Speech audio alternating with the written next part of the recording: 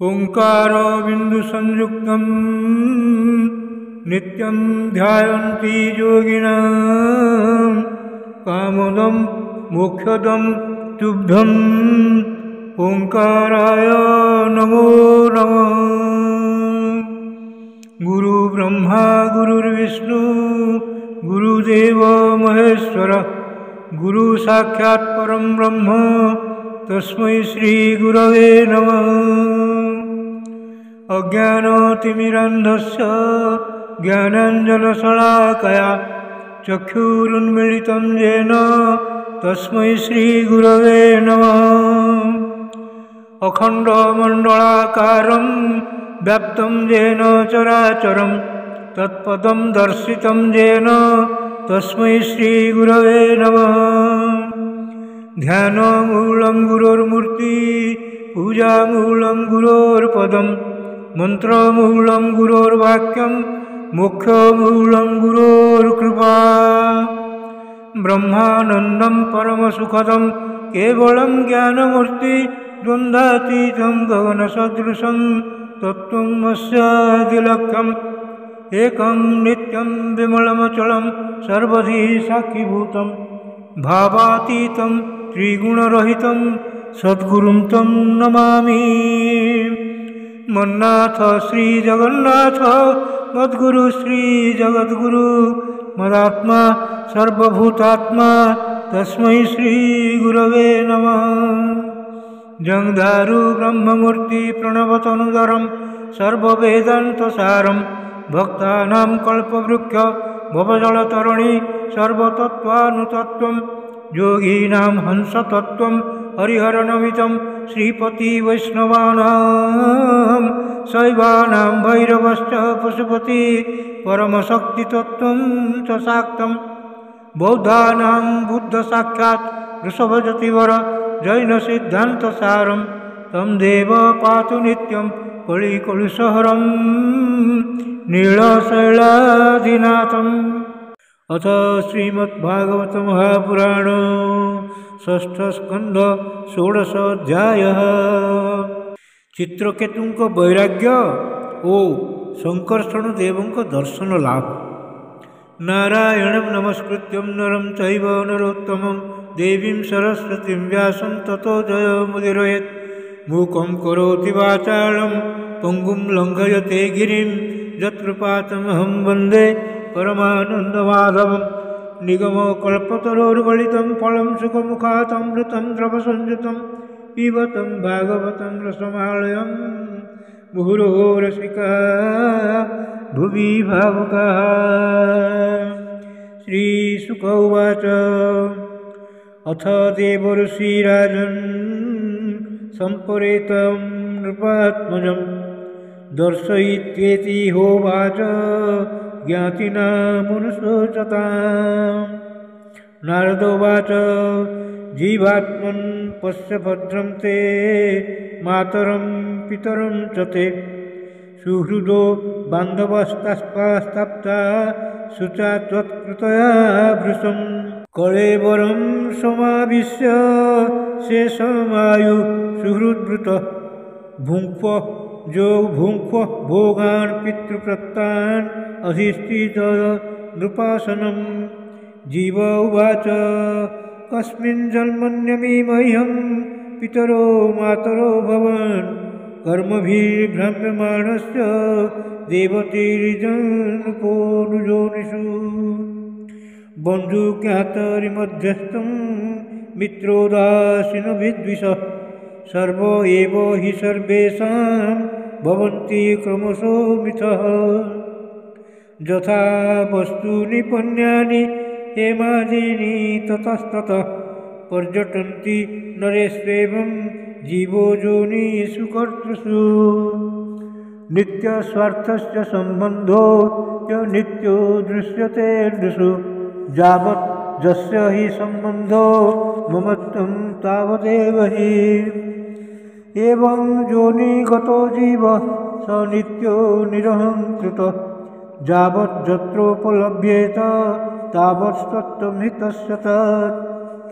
एष नित्योऽव्ययः सूक्ष्म एष सर्वाश्रयः स्वदृक् आत्ममाया गुणैर्विष्णुम् आत्मानं सृजति प्रभुः।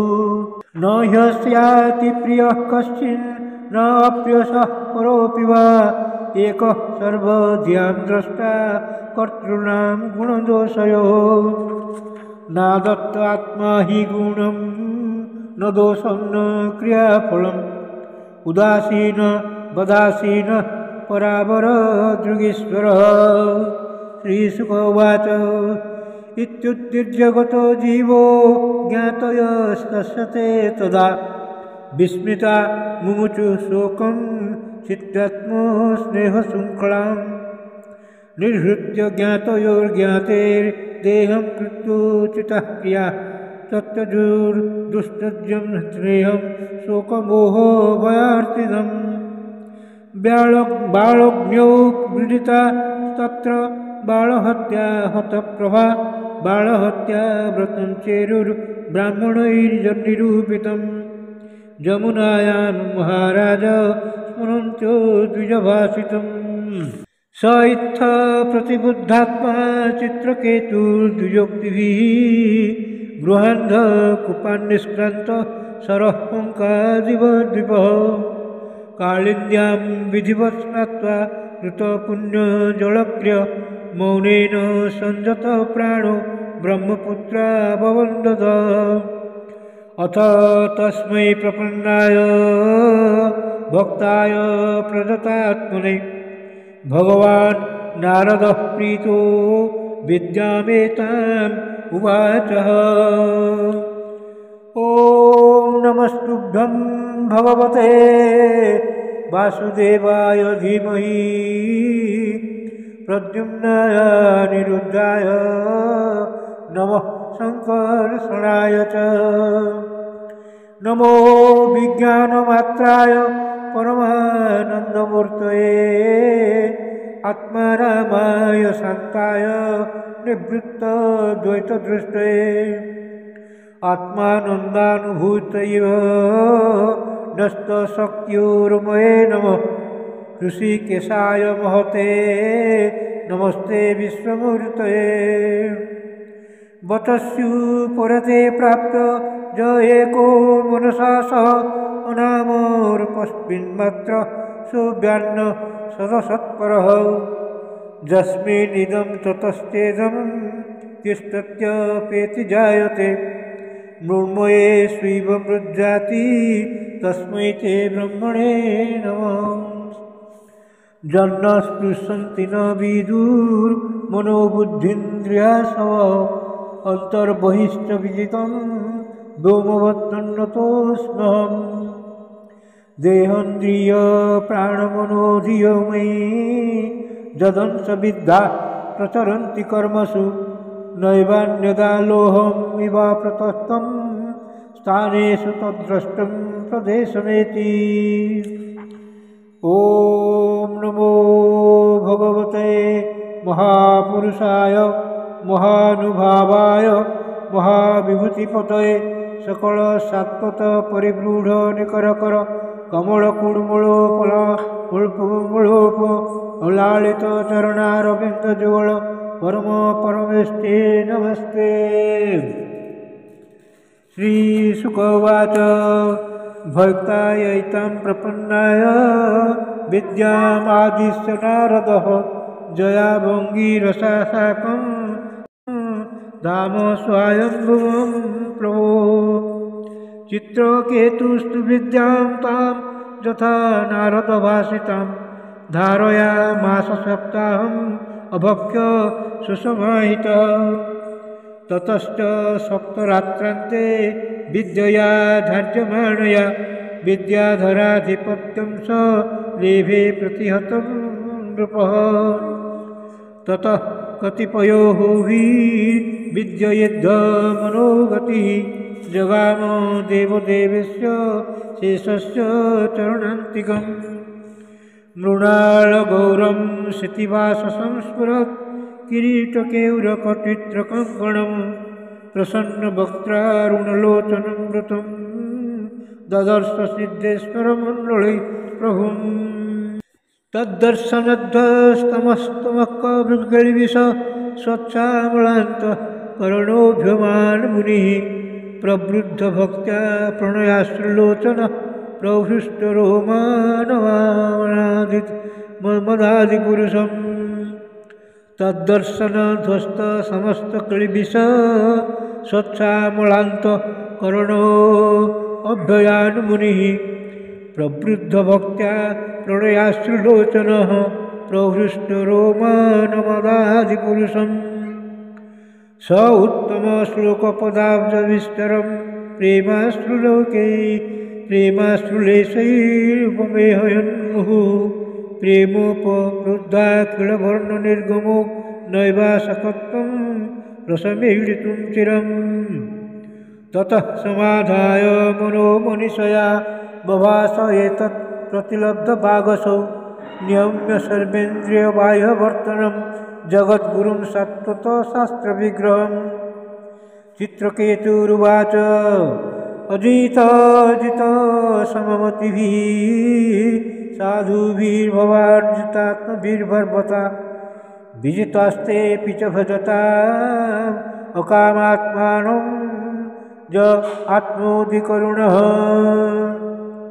तव विभव खलु भगवन् जगत् उदय स्थितिलयादिनि विश्वसृजस्तेंसां सा तत्र मृषा स्पर्धन्ते पृथगविमत्या परमाणु परममहतो स्तुमाद्यान्तर्वर्ती त्रयविजुरः आदावन्ते च सत्त्वानां जध्रुवं तदेवान्तराळेऽपि इत्यादिभिरेष क्रीडावृतः सप्तभिर्दश गुणोत्तरैराण्डकोशः यत्र पतत्यणुकल्पः सहाण्डकोटिकोटिभिस्तदनन्तः विषयतृषो नरपशवो ज उपासते विभूतिर्न परं त्वां तेषामाशिषैष तदनु विनश्यन्ति यथा राजकूलम् कामो धियस्त्वयि रचिता न परमरोहन्ति यथा करं भविजानि ज्ञानात् पुण्यगुणमये गुणगणतोस्य द्वन्द्वजालानि जितं वदित तदा भवतो जदाह भागवतं धर्ममनवद्यम् निष्किञ्चिनाजे मुनय आत्मराम जमुपासते अपवर्गाय विषममतिर्न यत्र नृणां त्वम् अहमिति मम तवेति च यदन्यत्र विषमधिया रचितो यः स ह्यविशुद्धः क्षयिष्णुरधर्मबहुलः कः ह्योमो निजपरयो क्रियानर्थ स्वपरद्रोहाधर्मेण स्वद्रोहात् तव कोपः परसंपीडया च तथा धर्मः न व्यभिचरति तवेषा जयाहविभीतो भागवतो धर्मः स्थिरचरसत्त्वकदम्बे सत्प्रगदयो गदयो जमुपासते त्वार्यः न हि भगवन् घटितमिदं त्वद्दर्शनान् नृणाम् अखिलपापक्षयः जन्नामसकृत्श्रवणात् कुल्लसकोऽपि विमुच्यते संसारात् अथ भगवन् वयमधुना त्वदवलोकपरिपृष्टा स्वयमला सुरऋषिणा जदुदीतं तावकेन कथमन्यथा भवति विदितम् अनन्तसमस्तं तव जगदात्मनो जनैर्याचरितं विज्ञाप्यं परमगुरोः यदिव स वितुरीव खद्योतैः नमस्तुभ्यं भगवते सकलजगत्स्थितिलयोदयसाय दूरवसतात्मगतये कुजोगिनां भेदा परमहंसाय जं वै स्वसन्तं मनो विश्वसृज स्वसन्ति जं चेकितानमनो इत्यय उच्चकन्ति भूमण्डलं सर्षपायति यस्य मूर्ध्नि तस्मै नमो भगवतेस्तु सहस्रमूर्धने श्रीशुकोवाच संस्तुष्टो भगवानेवम् अनन्तं तमभासत विद्याधर पतिं प्रीत चित्रकेतुं कुरुदुः श्रीभगवानुवाच जन्नारदाङ्गिरोऽभ्यां ते ब्राहुतं मेनुशासनं संसिद्धोऽसि तया राजन् विद्यया दर्शनाच्च मे अहं वै सर्वभूतानि भूतात्मा कृतभावन शब्दब्रह्म परं ब्रह्म ममो हि शाश्वती तनु लोके विततमात्मानं लोकं चात्मनि सन्ततम् उभयं च मया व्याप्तं मयि चैवोभयं कृतं यथा सुसुप्तः पुरुषो विश्वं पश्यति चात्मनि आत्मानम् एकदेशस्थं मन्यते स्वप्नवुत्थितः एवं जागरणादीनि जीवस्थानानि चात्मनः मायामात्राणि विज्ञाय तद्द्रष्टारं परं स्मरेत् येन प्रसुप्तः पुरुषः स्वापं वेदात्मनस्तदा सुखं च निर्गुणं ब्रह्म तमात्मानम् अवेहि माम् उभयं स्मरतः पुंसः प्रस्वाप प्रतिबोधयो अन्वेति व्यतिरिच्येत तज्ज्ञानं ब्रह्म तत्परम् यदेतद्विस्मृतं पुंसो मद्भावं भिन्नमात्मनः ततः संसार एतस्य देहाद्देहो मृतिर्मृतिः लब्धेह मानसीं योनिं ज्ञानविज्ञानसम्भवाम् आत्मानं यो न बुध्येत न क्वचित् ममाप्नुयात् श्रुत्वेहायां परिक्लेशं ततः फलविपर्जयम् अभयं च अपि निहायां संकल्पात् अविरमेत् कविः सुखाय दुःखमोक्षाय कुर्वाते दम्पतिक्रिया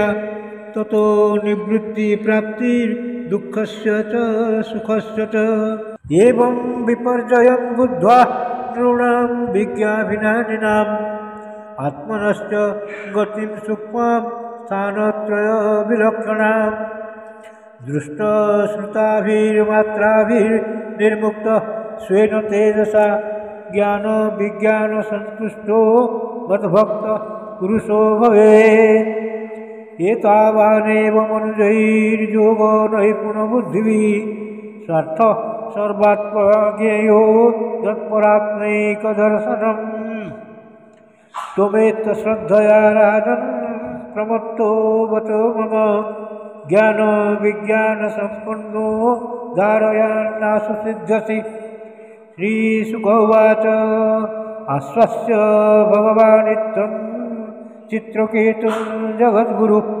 पश्यतस्तस्य विश्वात्मा ततश्चान्तर्दधे हरिः इति श्रीमद्भागवते महापुराणे पारमहंस्यां संहितायां षष्ठस्कन्धे चित्रकेतो परमात्मदर्शनं नाम षोडशोऽध्यायः भीमस्यापि रणे भङ्गो मुनेऽपि मतिभ्रमं यदि शुद्धम् अशुद्धं वा मम दोषो न विद्यते श्रीकृष्णार्पणमस्तु श्रीकृष्णार्पणमस्तु श्रीकृष्णार्पणमस्तु।